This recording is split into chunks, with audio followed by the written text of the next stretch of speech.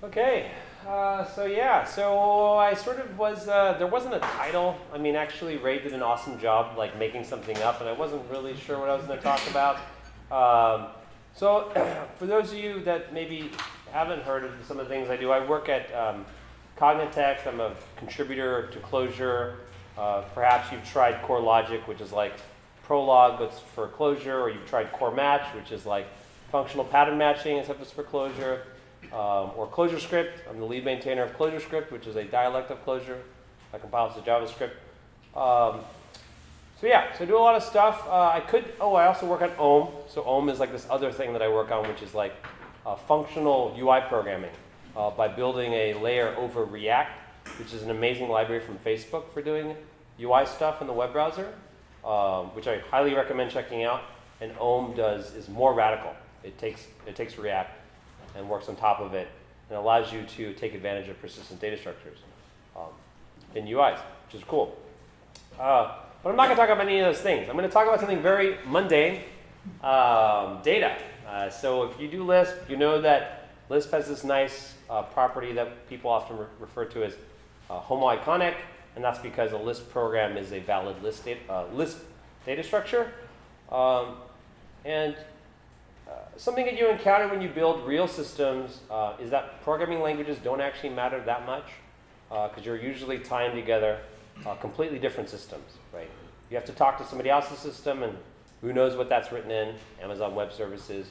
Or you have different teams working on different systems internally. You know, when I used to work at the New York Times, things are written in PHP and Node.js, JavaScript, Java, Ruby, and all these things have to talk to each other. There's a cool project, which is one of my favorite, that actually I don't think gets enough attention. And it's called Transit. I'm actually going to use one of my coworkers' slides because they're pretty good. But I might, at the end, focus on things that I think are cool that I think people miss. I think Transit got sort of overshadowed by transducers. Maybe some of you heard this. Raise your hand if you've heard of transducers. Okay, so that's a good amount of you. So transducers is pretty cool. They are pretty cool. But I think Transit is even cooler in some respects because it solves some hard problems when you're actually building real software. Okay, let's get started. So this is just bridging language barriers to Transit. At any point, this is like sort of a kind of an informal talk. If you have a question, just raise your hand. It's fine. We can stop. There's no need to hold your questions until the end. All right. So Transit, it's something that we released, I think, 3 months ago now. I think we released it in the summer. But what is Transit? Transit is a format. It's a data format. And if you haven't heard it, you're probably thinking, oh my God, another data format. That's a horrible idea. It might be. But I'm going to try to convince you otherwise. Even if you have heard of it, what I want to convince you of is that it is actually extremely useful. And if you spend some time with it, I think you will want to use it. So Transit is both a format and it's a set of libraries, and we'll look at one in particular because I actually worked on Transit.js. All right, so it's a format for exchanging values. Classic problem is how do you get data from application A to application B? Yeah, we know about this. Because you have different languages. The most basic example of this is the fact that you have some server-side language and you have some client-side language. Does anybody here write full stack like JavaScript? Anybody? Well, there's a couple people, so 2, but that's not that many. So almost everyone is probably writing in some server-side language that must talk to JavaScript. It's just like basic problem. The server, whatever you're running on the server is different from the client. So you have to communicate with the client in some way. Different environments, similar to different languages. All right, so there are some obvious solutions to this. Often what people have done, what you've seen happen is that JSON, which actually was like, I think as I remember when JSON came out, JSON was invented or discovered by Douglas Crockford way back in 2000. And actually it was a joke. It was a comical joke. When I started doing front-end dev in 2005, everybody was doing XML. That was just the only game in town. And really, JSON didn't take off until there were high-performance native parsers. Right? People used it for convenience, but it was only after high-performance parsers in C and C++ arrived that people started using it everywhere. because it has a lot of interesting properties. So it's funny, you have to start asking the question, why do people like JSON when they had binary formats? Like, why did they start writing servers and services to use JSON? I think there are lots of good reasons why this transition did occur. But in any case, you had to have fast parsers for people to actually take this stuff seriously. So one thing that's awesome about JSON, especially if you had to live through the nightmare of XML, is that it's a lot less verbose, right? It's a lot easier to read because JSON has this nice Lispy property, right? I mean, that was the thing that Douglas Crockford discovered, was that JavaScript literals really work as a data description format. It really just works. And he sort of restricted it to a very specific set of JavaScript data literals. And you could basically, it used to be you would eval, you would get the thing and eval, and that's of course a horrible idea. And you don't have to do that anymore. You can use JSON parse. But anyways, again, it's self-describing. That's what's cool about JSON. I'm sure you guys built JSON services. You can debug it in a straightforward way. JSON's great. Again, just to reiterate, fast, well understood. It's now available everywhere. And it really is. JSON parsers are surprisingly fast. I think much better than even some of the best XML parsers these days. Okay, but there are lots of things that suck about it. So, we've spent, how many people here write JSON services? Okay, so that's a good chunk of you. So things that suck are like, it's a very restricted set of data that you can describe with JSON. So six types, right? These are the only types that you have. That's it, done. So string, you've only got floats, you've got Boolean, null, array, an object. An object only supports string keys. So you can make anything you want as long as it looks like this. And as you build systems, what often happens is that people start ending up doing lots of ad hoc things because JSON's so limited. So for example, I'm sure many of you have written this code before, right? It's the date encoded in some format as a string, which you have to communicate to your JavaScript developer. This is the format. And then somebody changes it and forgets to tell everybody. That happens with annoying level of frequency. So this is super common. Dates are definitely like one of these cases where it's all ad hoc. It's all made up. Everybody has to know what's going on. You have to communicate. There has to be a communication about what's the format of the thing. And again, fundamentally, what was awesome about XML was that XML had baked in its name, extensible markup language, right? Extensible. You could extend it. You could have your own basic types. And this is not possible with JSON. There's no way to extend JSON because you're only stuck with what you can represent in JavaScript.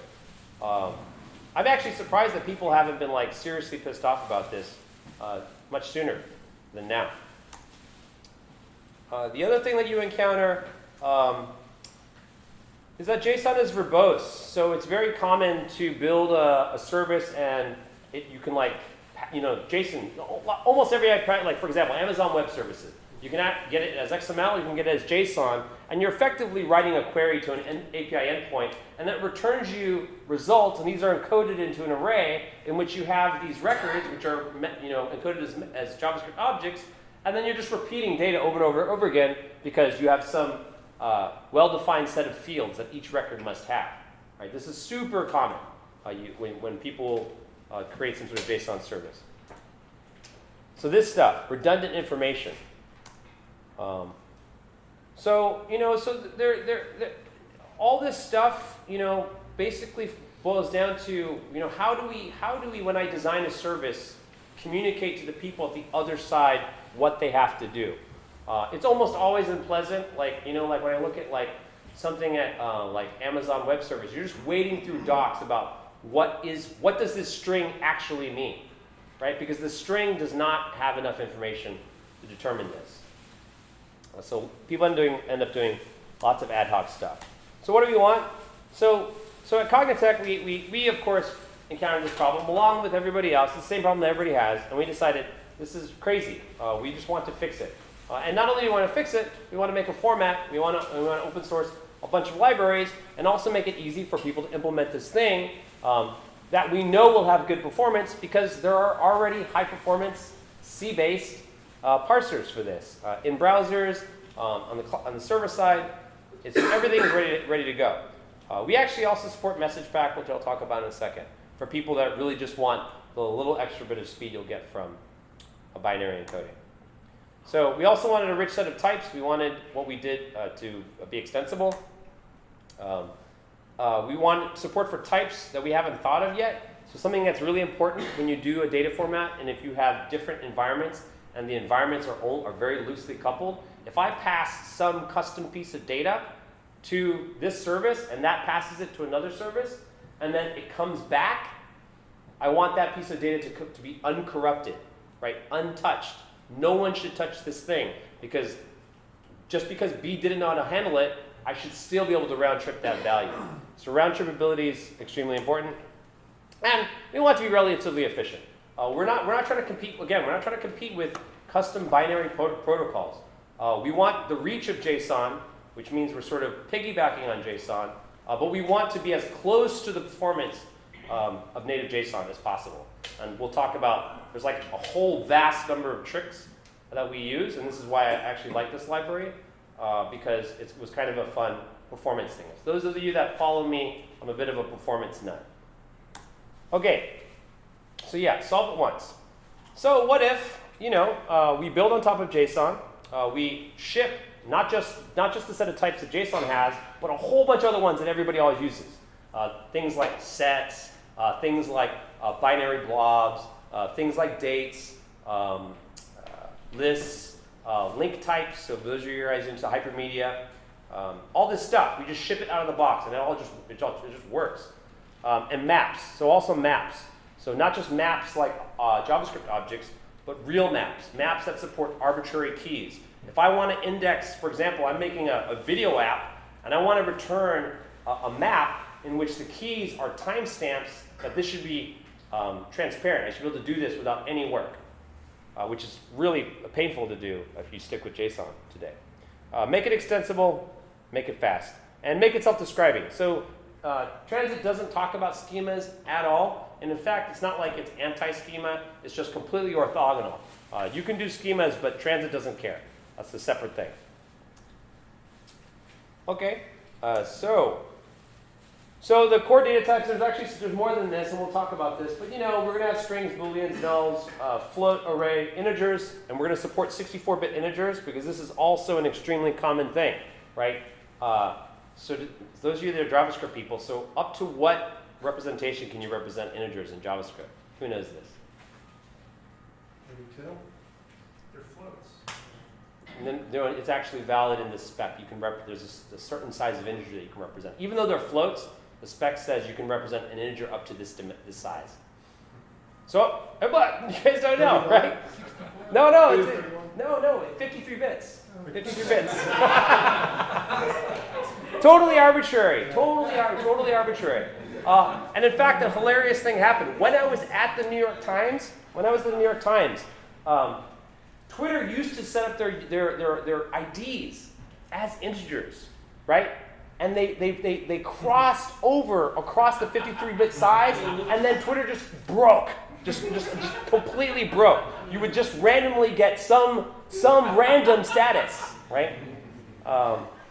So we want to be able to, it's very common to use 64-bit ints in applications, the design of applications, and so we want to be able to represent those. Again, also coming from a data-rich language like Clojure, or just more sensible languages. Well, this includes Java, C++, C#, Objective-C. All these languages have real maps with complex keys. You can do this. But in JavaScript, your hands are tied. And this we found to be absurd. Go ahead. Is there circular references? Or? There are no references. No references. It's just data. You can't point from an object to some other object. It's the same as JSON, right? No decimal objects? I'm sorry? No decimal representation? You have float in there, binary? So yeah, we have decimal as well. We do. So we'll talk about them in a second. So the nice thing is, like, if you start thinking about what we're trying to do, since we're going to actually encode this into JSON, and again, you can put message pack to the side. We're going to do the same thing with message pack, but there's some benefits here, right? So a JSON string is going to be represented actually as a JSON string, right? Booleans are going to be represented in the same way. Null, nil, represented basically the same way. Numbers, and so on. So for what we call the ground types, the types at the bottom, the ones that you're not providing, the custom types you might provide, these actually, we try to keep these as closely mapped to as JSON as possible, because we don't want to do any more work than we have to do. In fact, it's preferable that we can just say JSON parse and we're done. But we have, so up here's an example of a arbitrary precision integer. So we do have 64-bit ints. We can also do arbitrary precision. There are some special delimiters which we can get into, but basically, let's talk about that in a second. But we have delimiters, and so what we do, so the thing is, we do use strings, and the tilde is the delimiter that lets us know that it's a special kind of string. This is how we're able to have a larger set of types, is that we use strings, but we have a delimiter character followed by a single character that would describe which thing we're trying to encode. And again, we use these single character things because we want, parsing to be as simple as possible. But this does mean, so people often ask if you're thinking about this, so if, for example, if a tilde appears in a string, when we encode it, we have to escape it. So we know that that was actually originally a real tilde and not something that's part of the format. Okay, so yeah, so here's some answers. So these are the other things you get. So I showed some basic stuff, but you get timestamps, we have UUIDs, we have URIs, hypermedia links, arbitrary precision ints, decimals, bytes, which is just like binary information, characters, set lists, maps with composite keys. And this is a very Clojure-specific thing, but this is something that also common Lisp people understand. We want to be able to put keywords and symbols into our data structure. So we have first-class support for keywords and symbols. So yeah, and here's just some more examples. So again, the trick is, tilde, the character. This is the one for URIs. So this is a more complex thing. So it's tilde hash set followed by the representation. So this is what's called a tagged thing. It's not a simple thing where it's like we can just parse the string. This needs to be something represented in some more complex way. So whatever the value is for this particular tagged value, this must be a valid transit thing. So you must define the tagged thing in terms of transit values, and this supports a recursive parsing. So UUIDs and timestamps, and these are just milliseconds since 1970 or whatever. All right, your own extensions. So you can add your own. Oh, go ahead. And can you give me a couple of examples of symbols? What do you mean by symbols? So a symbol is a Lisp thing, right? So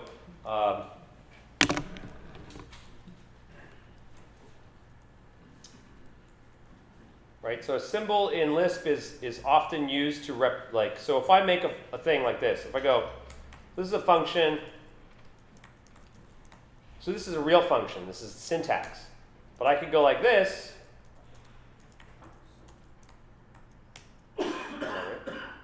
and that's nothing. It's just a list with some symbols and some data structures in it. So the symbols are these characters that would normally be identifiers in your programming language, except in Lisp they're reified, right? So for example, like in Java, you can't get at symbols. The symbols are part of the thing. It's not reified. It's not something you can manipulate. But that's not true in Lisp because you have macros and syntactical transformations that are really simple. You need a reified symbol type. Does that hopefully answer your question? So in Java, a symbol would be like, I can actually get the thing that represents the word class. Right? I would actually be able to manipulate it as a piece of data, but that's not really possible. Okay. And so this is just showing a recursive example. So again, so imagine I want to extend transit. I want to represent employee records, right? What I want to do is I'm programming in Ruby, and I have an employee class. I have an employee class, and I want to be able to go transit in code, and I want to get this, which is a tagged value. It contains an array, which this could be the arguments that you pass to the employee constructor on the JavaScript side. And you'll take a name, and it'll take a timestamp. And what I'll get in JavaScript is an employee object with the name field set and the timestamp set. And I don't have to explain to the JavaScript programmer what to do. This just will construct the right thing, and all the values will get parsed and set correctly. So this is about eliminating any ad hoc coordination. As long as the server has the handler to encode employee and the client has the handler to decode, you're good to go. You don't have to explain anything to the user about what they have to do. So the other cool thing we do is sorry, this is a typo, scalar. So Transit does another really awesome thing in that since we want to send back large payloads that might be results, we automatically cache scalar keys. So every time we encounter a string, for example, in an object, we will actually replace them with cache codes. And this actually can, for very large payloads, you can get like 40% reduction in the size of the JSON that you send. So this is what it looks like. So here is a record. So we'll talk about the array representation in a second, but this is actually a map. We actually encode maps as arrays because it's actually faster to parse. We'll talk about performance stuff later. But so the first time we encounter the key name and the key higher, these are key value pairs. We'll leave that alone, but if we ever encode that again, we're going to say we cached name and we cached higher. And this, as the size of your payload increases, you start saving tons of space. So no free lunch. So actually, so when I started working on Transit.js or Transit.js, even though the Transit spec was evolving, initially it was more oriented around just readability out of the box. It's because of our desire to get reasonable performance, so we could, so people would be encouraged to adopt it. By default, it's not about readability. It's just how fast can we parse it in JSON? How fast can we encode and decode? But we actually have a really nice thing where you can actually take any transit payload and say you want the verbose encoding. So it's actually pretty trivial. Does anybody here use JSON view in Chrome or these JSON extensions? So they're awesome, right? Because you can take anything, it will automatically pre-print, and you'll be able to collapse and blah, blah, blah, blah. So I have an experimental thing where it's just a Chrome extension that can intercept the transit payload, it decodes it, and then reprints it back out in verbose mode. Same way as JSON view works. So this is easy to do. So again, it's not human readable by default, but it's just one little option, and boom, you have a readable JSON payload. Okay, so readers and writers need to understand extensions. So this is you have to coordinate on both sides. Again, if you forget, you get round tripping for free, but in order to get all the benefits, you have to have the same set of readers and handlers on both sides. And again, reading an unknown extension is not an error. Okay, so this might sound cool, but it's not that cool if you don't have a lot of libraries that understand this, right? If you want people to adopt this thing, you have to ship with the libraries that let you do this. So actually we shipped, over the summertime, Clojure, ClojureScript, Java, JavaScript. It works both in the browser, works under Node.js, Ruby, Python. Open source things include OCaml, Erlang, Haskell, Scala, Go, I think Objective-C. And again, the reason so many popped up so quickly is because the spec is it's just on top of JSON. So you could literally bang out a one for your language in probably a couple days. The spec is very well defined. It's really straightforward. We have a bunch of tests. It's easy to verify your implementation. And again, you just have to generate JSON, so it's pretty easy to do. And this was also something that was a goal. So let's look at how this works. So if you want to play around with Transit, you can actually, when you use JavaScript or you have Node installed, it's actually really easy. Here I have this in my directory, and I just did npm install transit.js. I can go like this.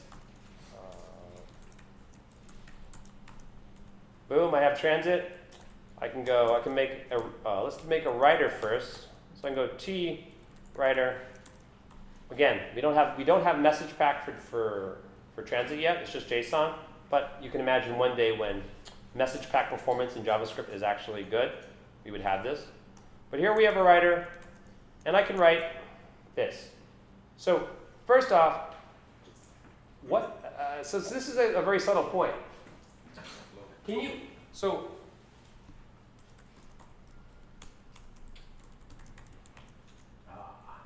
but is that actually a valid JSON value? No. It's not. It's not actually a valid JSON value, right? The only thing that's valid is an object or an array, and there's actually, it's a bit tricky. Some of the implementations don't even allow arrays. So when you call stringify, that actually is not something you can send over the wire. You can't send this over the wire.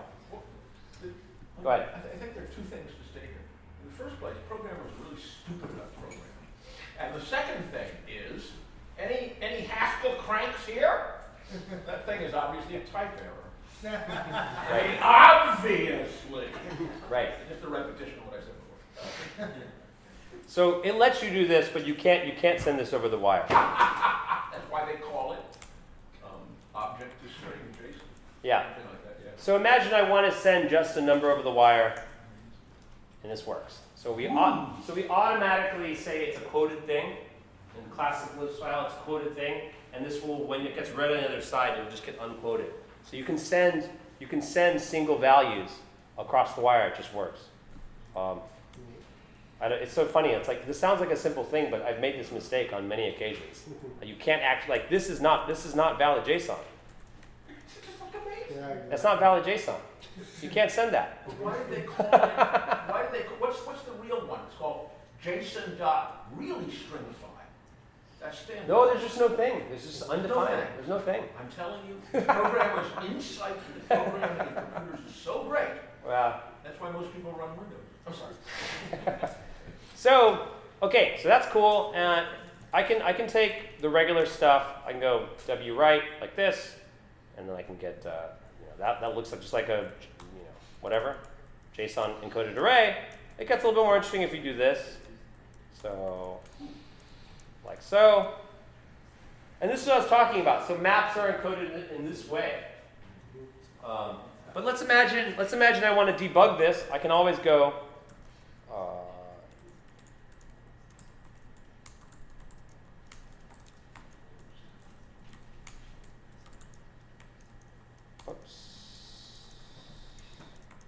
Boom. So you just need to make a verbose writer. You can take the payload. So often when you're debugging, you'll be like right there, make a verbose writer, and then it'll just print out the most readable thing.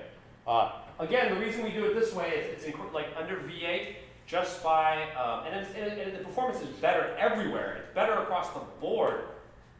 But under V8, arrays parse twice as fast as objects. So it's a 50% performance increase to use arrays as you're encoding. Yeah. I have a question. Oh, go ahead. So like in the previous thing, the foo bar, right? So the foo wouldn't that be like a symbol? So like, okay, it's mapped as a string, but how do you know? So it's a symbol sorry. versus I'm a sorry. string? So I should have done the long form. I mean, again, technically this is implicit that there's double quotes around this. In JavaScript, this is implicit. This is a string key. It's just sugar that I can write it this way. Okay. But that is actually must be a string key. Okay. Like this is not going to work, right? If I go like this,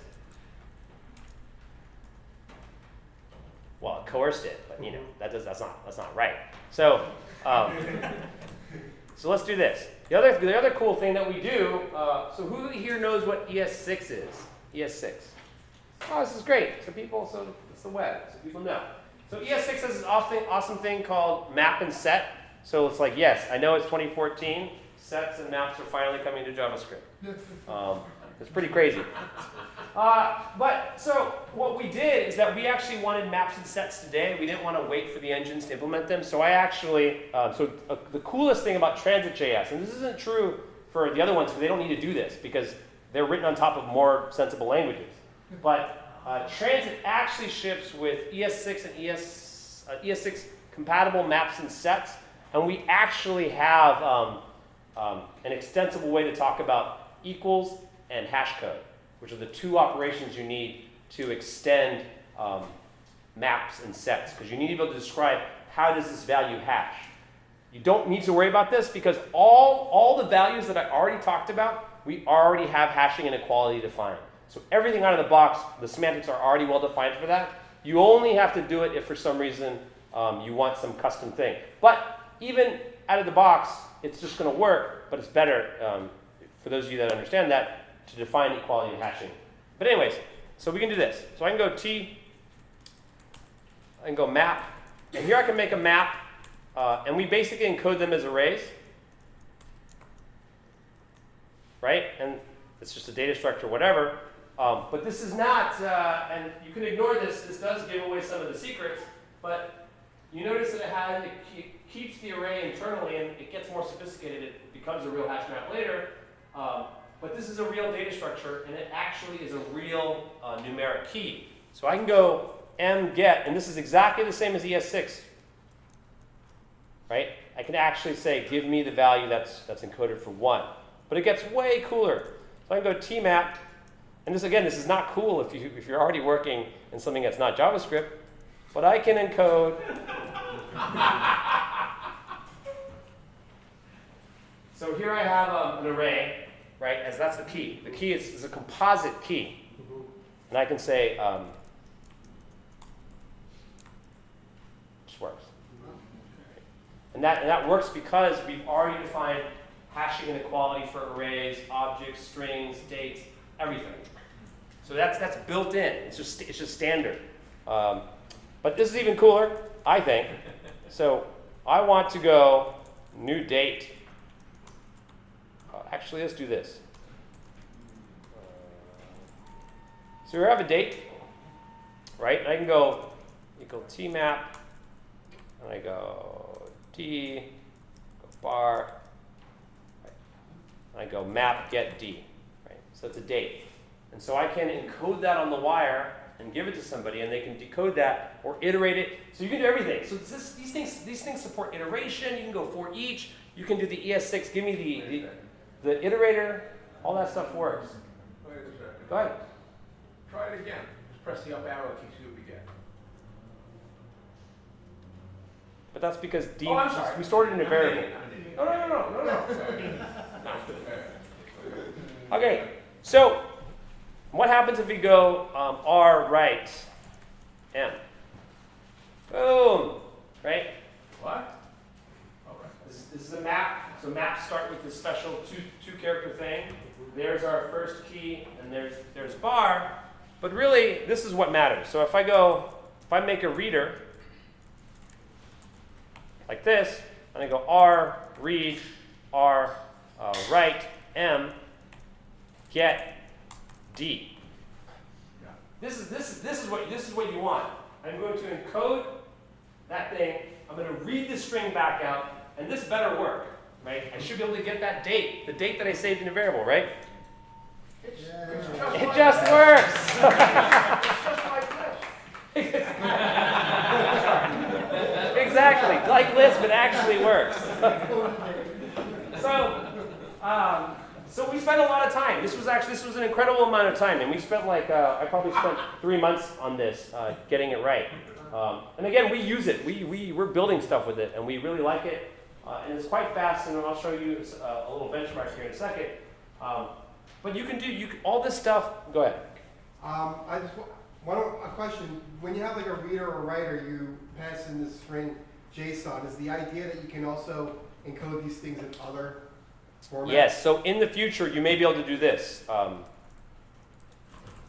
That might happen. Okay. So we're waiting. The reason we're waiting on this, the only reason we're not doing binary, is that binary parsing strings out of the binary data is too slow. It's too slow, and there needs to be native support for this. So it turns out the message pack is actually 4 to 5 times slower to parse than JSON. So fingers crossed, hopefully they achieve parity eventually, and then eventually it's faster. And then what's great about this is that you won't have to change your transit code. Yeah. You have to change the readers, just where you create the readers, but all the code will just work. Yeah. And it'll be binary instead of being. For this particular library, is it like open to create other formats? Like, for example, if someone wanted to put this stuff on top of like Seaboard or There's nothing stopping you from doing that, though I think you'll end up having the most fun when it's something like message pack or JSON, where the semantics of the thing that you're writing to allows you to do arbitrary stuff without a schema. Mhm. So, right, we wouldn't have, like, JSON doesn't require a schema. It's easy to encode to. Yeah. Message pack is like JSON, but it's binary. There's no schema you have to talk about in order to encode it. And it's nice. It's simple. Are you playing with the concept of a schema to align with it? Nope, we're not doing this at all. And again, people have started doing that part of it. We're not going to work on it. This is just the thing that we ship, and we are not going to do the schema thing. But it's not like we're discouraging people from doing the schema thing. You can do that if you want. This is not anti-schema by any means, right? It's just you'd have to bring your own thing. Any other questions about this before I?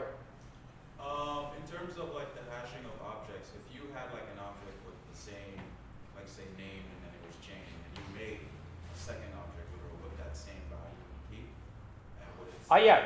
So I know what you're about to ask, which is so if in ES6 maps, which totally sucks in my opinion, it's based on object identity. Okay. So if I make an object and I change the keys and I use it in a map or a set, then I can only get back to that value with the original object, right?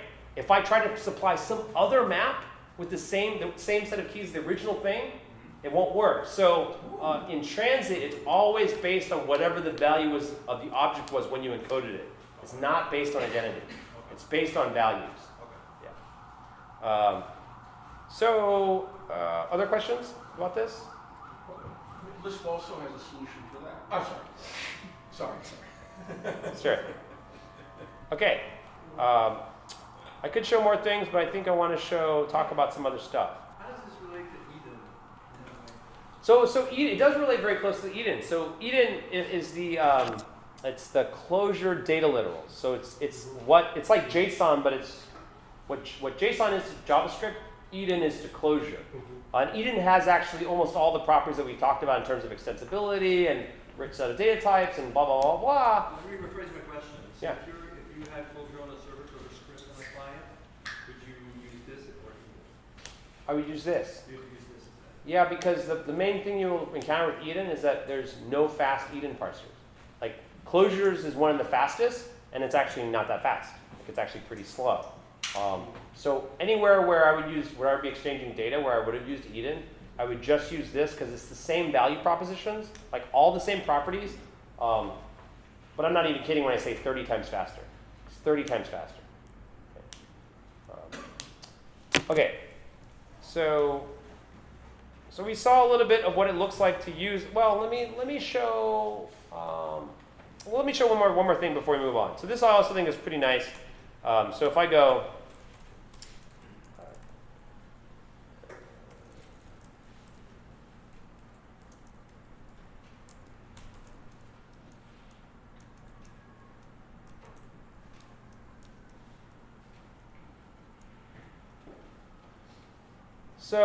And I can go, so there's a set, and I can set that over the wire, and that has the maps and numbers and all this other stuff, and this just works.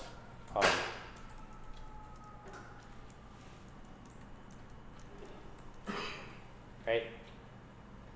So again, this is based on value, not on identity. So I constructed a new JavaScript application. So I did that JavaScript. The value exists in the set. Okay. So yeah, so hopefully that makes sense. Transit the format for exchanging values is built on JSON and message pack. Again, it does trade off the readability out of the box for efficiency, extensibility. That's available for ClojureScript, Clojure, ClojureScript, JavaScript, Java, Ruby, and Python. And I'm gonna talk a little bit about. So this is something I think people haven't heard of. Is just so all the tricks we do to make it performant. So one thing that I talked about was this, right? The fact that we encode everything as arrays. And so hash maps are represented as arrays. So does anybody know, so this is a trick from Clojure. And actually, it's a trick if you're doing any high-performance hash map implementation. So what do people actually do for hash maps when you don't have that many entries? When you don't have that many entries. Yeah, you can put it in queues, right? Exactly. So that is the trick that almost everybody does. As for small hash maps, you can do as much benchmarking as you want. It'll be faster to encode it as an array. Like you provide the interface of a map, but you actually have an array underneath. It's faster than doing all the hashing. You can just do a quality checks and do a scan. But this actually works out beautifully for the array encoding. So when we encounter a map, all we have to do is drop the first thing and wrap this. That's all that we have to do. So actually, in many cases, like you'll see weird things where sometimes in under V8 it'll be slightly faster than JSON parsing, but that doesn't make any sense because we are constructing keys and dates and all this stuff. So it's the same logical payload, and we can parse that just slightly faster and hydrate everything. Again, that's because for objects we can simply wrap arrays because the encoding allows us to do this. In most common Lisp implementations, the trade-off is usually around 20 elements. Yep. And I don't see that there's actually an advantage to arrays or lists in this case because you have to traverse. It doesn't really matter, but the reason to use arrays is that that's the fast implement. That's what's fast in JavaScript. There are no lists in JavaScript. Okay. Right. So the other cool game you can play. So another thing that's kind of fun that people don't know about the Transit.js is that we do an even cooler trick in that we wait until 32 entries because it's very common in the JavaScript world to get like fairly large objects, and after a bunch of testing with different like JSON services in the wild, I decided that 32 is a good sort of set of key value pairs before we convert into real maps. But there's a cool trick where if you have something that's like 30 key value pairs in a thing, it will actually represent as an array, but if you access it more than a few times, like if you have to do more than a few scans, we'll dynamically convert it into a real hash map. Because if it's in a hotspot, we just want to change the representation. But it's completely transparent. You don't even know this is going to happen. If your thing becomes something that's in a hot loop, we convert to a hash map. Yeah, one other question. So like here you're creating a lot of like, I guess, transit data types. I guess, are these, these data types are probably immutable? Or are they? No. So they are not. They're not. I mean, of course, numbers. Anything that's immutable in JavaScript is immutable. But out of the box, the maps and sets that we ship are mutable. Okay. Right? They're mutable. I thought I understood you to say not only are they immutable, but they're cross-object immutable. No. So no. I misunderstood what The you said. way that remember, value and set lookup is based on, map and set lookup is based on value and equality. Right. That is true, but the thing that the maps and sets you get are mutable. Okay, sure. But, so there's another cool thing is that in ClojureScript, this is not true. In ClojureScript, for maps and sets and all these other things, we actually use persistent data structures. So if you're a consumer of Transit from ClojureScript, everything is immutable. It's all immutable. But there's an even better thing, which is that, so let me just show this bit. So who here has heard of Immutable.js? A few of you, okay. Pretty cool library. So I wrote a blog post, which I recommend reading. So one of the very first things I did when Immutable.js came out, I was like, there's absolutely, now that Transit exists, there's absolutely no reason to, like the first problem you're going to have with the immutable JavaScript library is how do I send that to the client? How do I get that there? It doesn't matter if you have the data structure library if you can't transport it. So this example actually has code showing that like this is all the code that we need to decode to get the Immutable.js values. So this is awesome. You can write JSON, like you can say write this as JSON, but at the other side you can get back Immutable.js data structures. And so like down here, like after you've installed, these are the handlers. So I didn't get into it because it's a little bit requires a little bit of detail, but I recommend reading this later. So we can go from JSON directly into vector and map, and it's pretty cool in that. So Immutable.js actually adopts the transient trick. So if you know Clojure, Clojure has this notion of batch updating. You can take immutable value in O1, convert it to something you can batch update, and then in O1 convert it back. So we actually do this. We will when we construct the thing, we'll build it as fast as possible, and then we'll convert it back. So it's not just a way to get Immutable.js, it's a way to get Immutable.js to your client as fast as possible. So we do the fastest thing. Okay. I think, wait, maybe, do I have anything else really? I think, oh, yes, so let's look at this. One last thing and I'll be done. So another little tour that is kind of fun is this thing that I wrote called Transit Tour, which is a little interactive JavaScript application. And actually, let's fire up our pal Google Chrome for this guy. Okay. So if you want to like review all the things I talked about, I wrote a whole tutorial where it actually goes through every single step, but at a much, I would say, probably slower pace. And you can click, and you can see, you can click, and you can eval something, and it'll show you the output. So this is also proof that doesn't work just in Node. The exact same thing is working right here in the browser. Right? We ship a browser-compatible version of the thing. So here I can go, like these are 2 dates, right? 2 encoded dates. I can go eval. Boom, I get JavaScript dates, so on. But let's skip down to. So this is also fun. Just show one more example. I want to encode a point. So in constructors in JavaScript, or just functions, whatever. But I want to be able to represent points on the wire. So this is a tag value where the representation is encoded as an array, and I can click like this. So I can. If I want to represent geometry, I can do this naturally via providing custom handlers. So this is what corresponds. This tag corresponds to a handler. Right? So it's a map of handlers, and it will invoke this function when it encounters it. Same for right handlers. So this is the right side. So here, when we get a point, we can basically say these are the handlers, and this allows us to go from constructor to handler. When we write it out, we say, what's the tag? We're going to return a point. Representation on the wire is an array, so we return an array with the field. There's no string representation for this, it doesn't really matter. And then we should see, I should be able to encode an array of points. And that's it. And so it's actually very succinct to write handlers for all the types that you care about. Let's just see caching. So just real quick, again, so here is obviously an array of objects where you have a ridiculous number of redundant information. It's absurd, right? You're just repeating all this stuff. So this is simply showing the size of the transit string versus the JSON string. So this is with these things collapsed into their cached version. It looks like this, right? So the first time you see user ID, you get this. The second time you replace it with a cache code.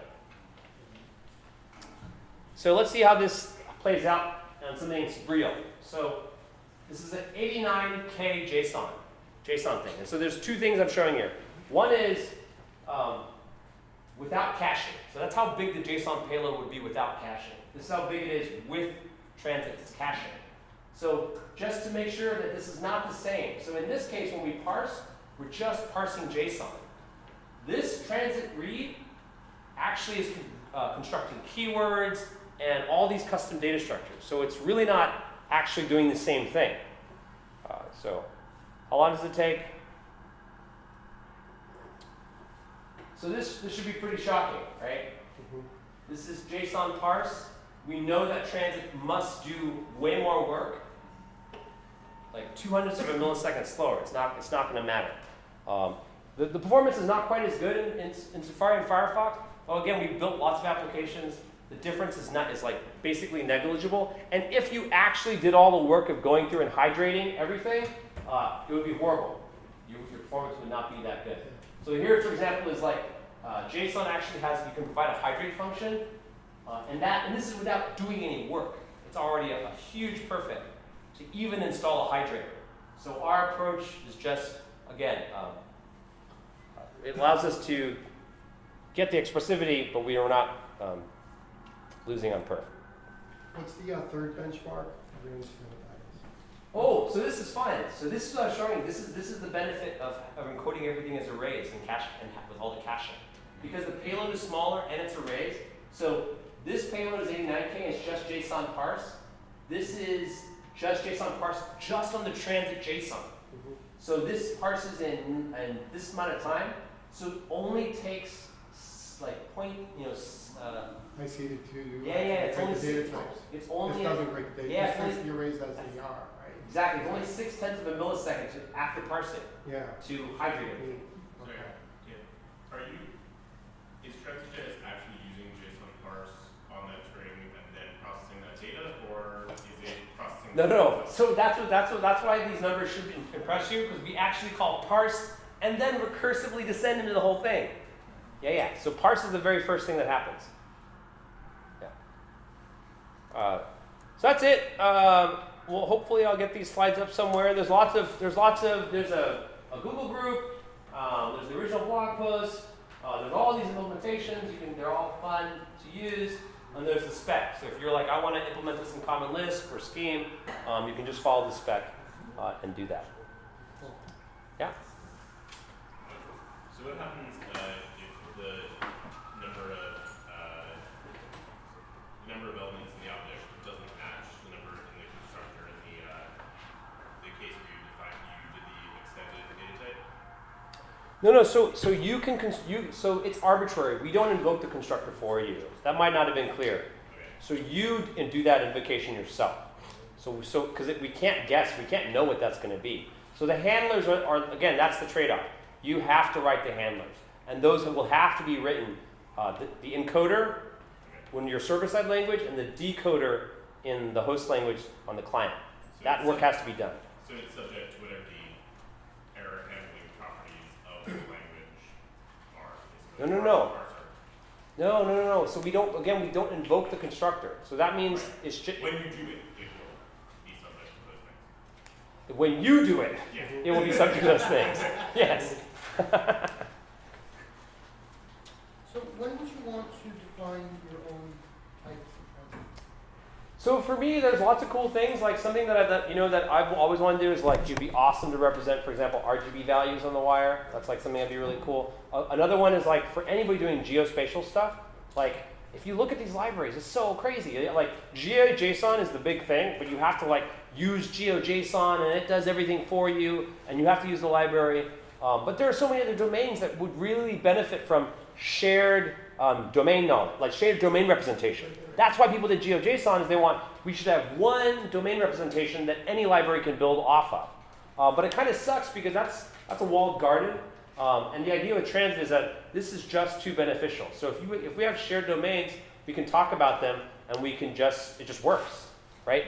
So if you had your own data shape, like a bunch of nested maps with particular keywords and stuff, would it be abusing transit's functionality to define your own type for that? No, not at all. No.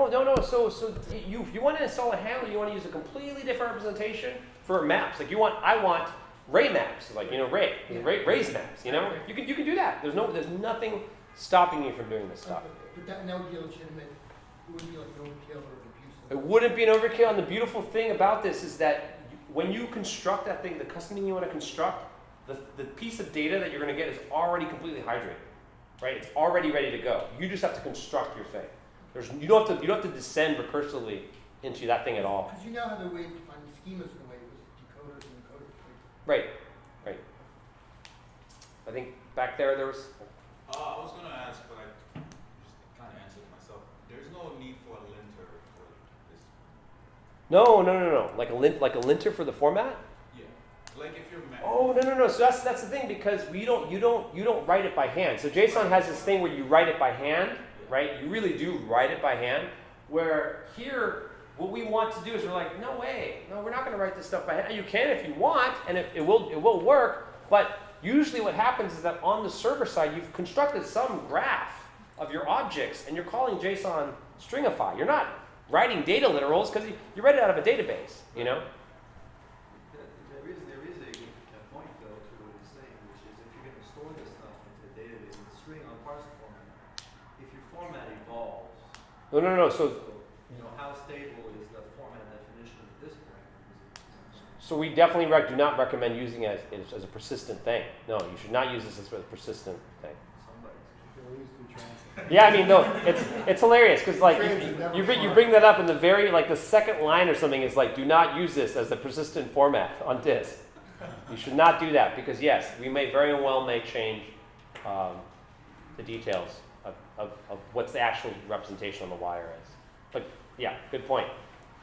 Could you ever, or are you maybe imagining being able to send decoders over the wire? No, because you have this as a sending arbitrary computation. I mean, that's just a can of worms. That's, But it's very little work, and we've actually, again, we're building systems, and you know, for us, what's great is that it's a massive set of types that you get out of the box, and for most data-oriented applications, the set of types that we ship are good enough. In fact, I initially when it came out, people wanted to like use it as like actual object serialization, and I'm like, you can do that, but it's kind of abusing the sort of data-centric approach that we tend to adopt, at least in the Clojure world. Can you register new types? Say that I have a type and I can define it with some constructors as you need it. Can I register for a type to be automatically serializing that? Like define types on the fly and install handlers on the fly? Well, not fly.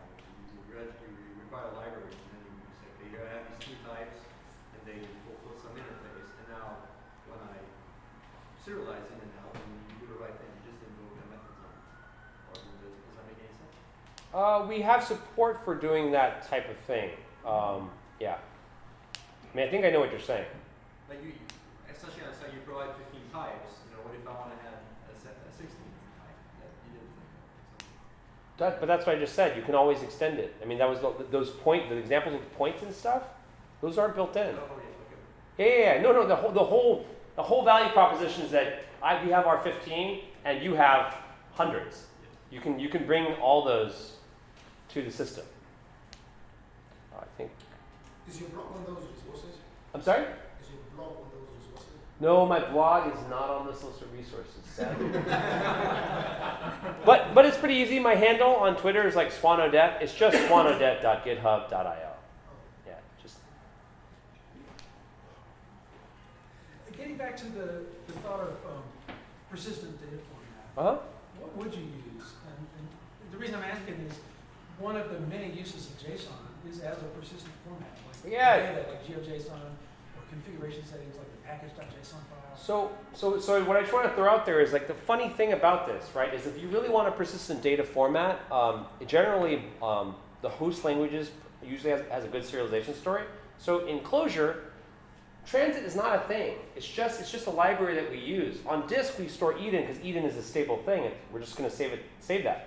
We read it, and then I want to send it to a ClojureScript client, and then I go transit write and I go transit read. Mm-hmm. But what we stored on disk was some other format that's better for that, and that is fine. Whatever the native host. Whatever the host. You want to be like, I want to go from YAML to something else. You can, whatever.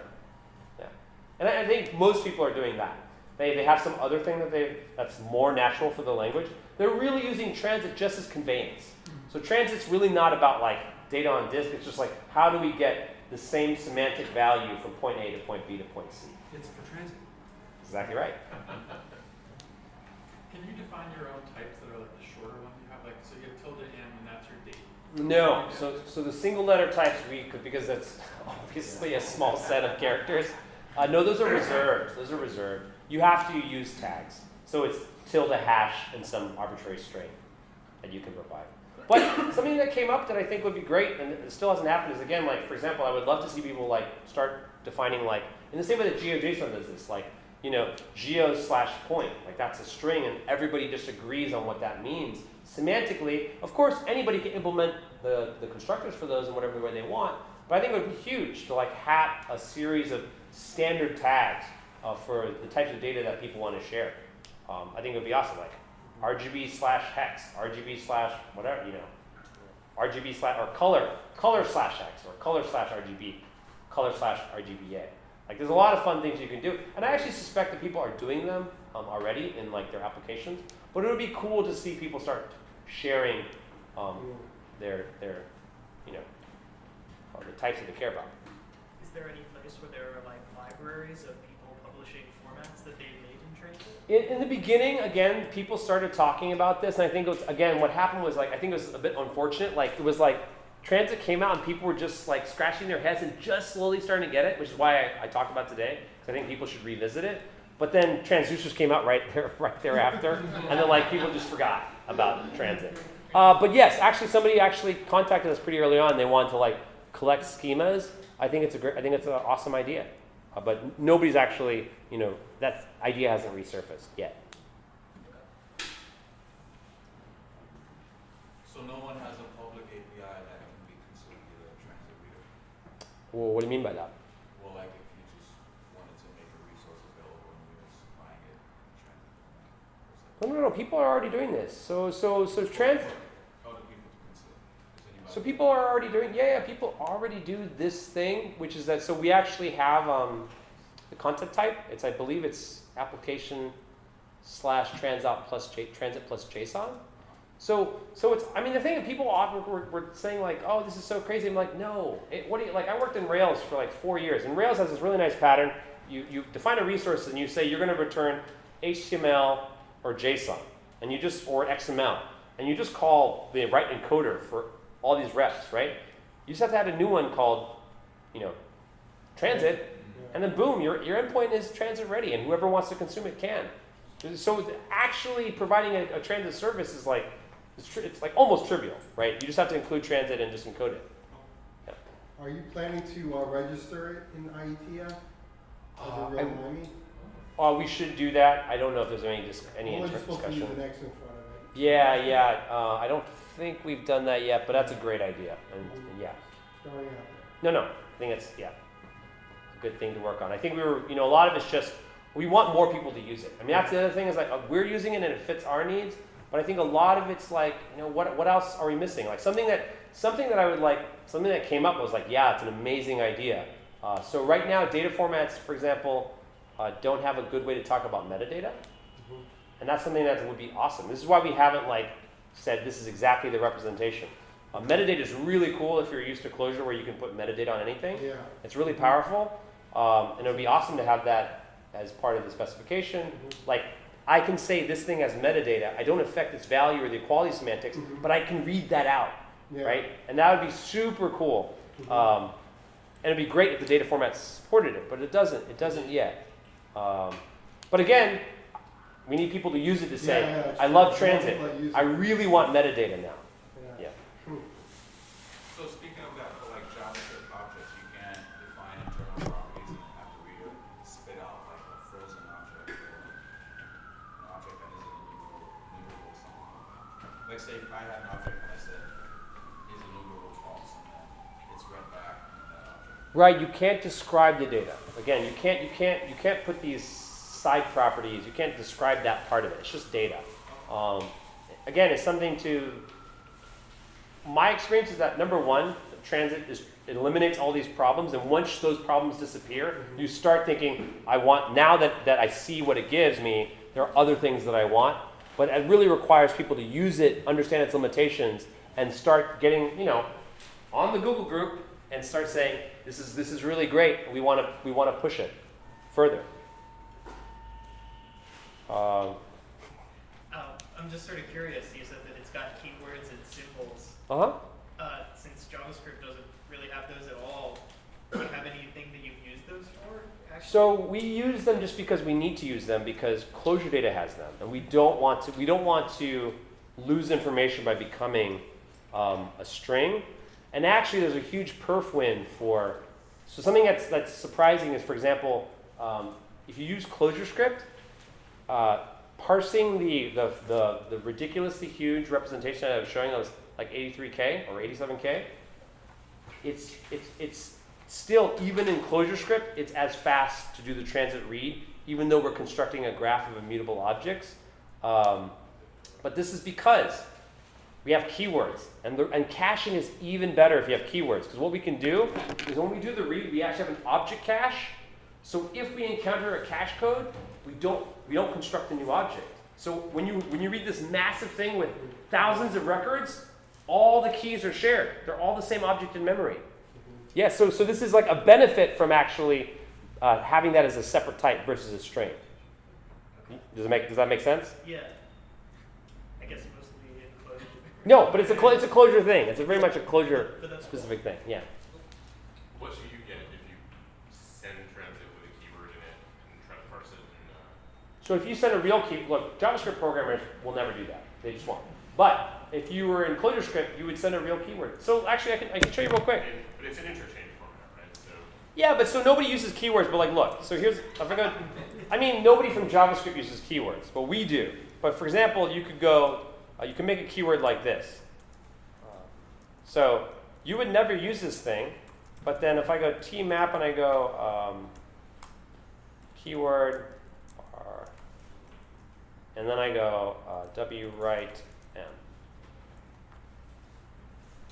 So it became a keyword. Right? Because it was a keyword. It was a keyword object, and we encoded it in a special way. Again, big perf benefits for ClojureScript and Clojure.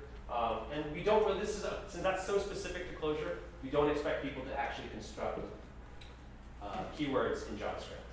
It's just you not don't a thing. expect them to do that on the server side and communicate that. So we don't, because with the thing that you run into, I imagine Ruby people would be like, oh, I can use keywords, but the problem is that everybody gave up, They did!